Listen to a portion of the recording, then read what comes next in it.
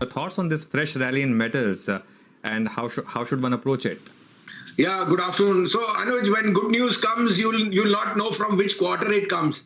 Tata Steel is at a 10-year high and people will keep doubting why 1,200 rupees. They've never had it so good. So, in all this unfortunate event of 1.5 years, metals have regained their composure after 10 years and there is no letting. There is no capacity which has come up.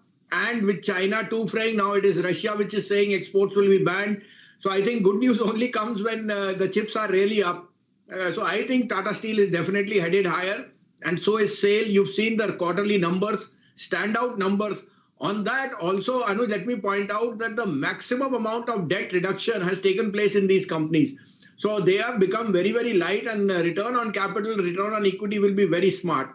So yes, metals are in a very sweet spot, which is, indicating and telling you the real picture is just going to take off, I think. All right, Sanjeev, you said it. For Tata Steel, their exposure to Europe from being a bit of a drag, it's going to be a positive because prices over there are high and demand as well is quite strong. So that's about Tata Steel. But the other stock you mentioned, Sanjeev, what about the other ferrous names like a JSPL? That's seen a sharp correction from around 500 rupees to sub 400 rupees. Quite a large correction. I mean, if you're looking to buy into it. What's your view on that one, given the fact that they have a high amount of exposure to longs, where demand is a little bit weakish, pricing as well is not too great? So, Nigel, there was a little bit of issue on the corporate side when they said that the promoter was buying back the power assets at 1/4 of the price. And I think that came in for a lot of negativity from the institutions. So till they don't give clarity on that, JSPL will be an avoid. We think JSW, SAIL and Tata Steel, these three orders could be outperformers. Let me also tell you that Tata Steel is the lowest cost producer of steel, not in India, in the world.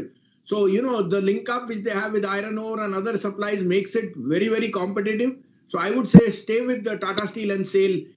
Don't get lured by others because there is a little bit of issues till you don't get clarification there. Okay, Sanjeev, one of your picks has been J&K Bank. That had a big run. And you still have very aggressive targets on that stock, I believe? Yes, Anuj, in October when it was 17 rupees and Modi ji announced the package for Kashmir, I had put my neck out that you cannot have a bank of the size of J&K, at trading at abysmal levels. Now with the new realm changing, Kashmir becoming a very, very lucrative place, I think J&K Bank is headed for spaces. As a disclosure, it has been one of our top picks in the last year. It's tripled in size, but I don't see any reason why it cannot go past to 70 rupees. On the back, also that the pessimism in PSU banks was overdone. J&K Bank has a very small equity and they've raised capital. Plus, Anuj, let me tell you, it had the highest NIM in all banking circles for many, many years. It is now only that the NIMs have started to reduce because of NPAs. As you know, in J&K and in the Muslim community, interest are not to be taken and so on. So the bank has been a very, very sweet spot over there. That and South Indian Bank have doubled. So I think mid-cap banks are just raring to go. And I'll name a few more which I think can be outperformers in the next 2 years.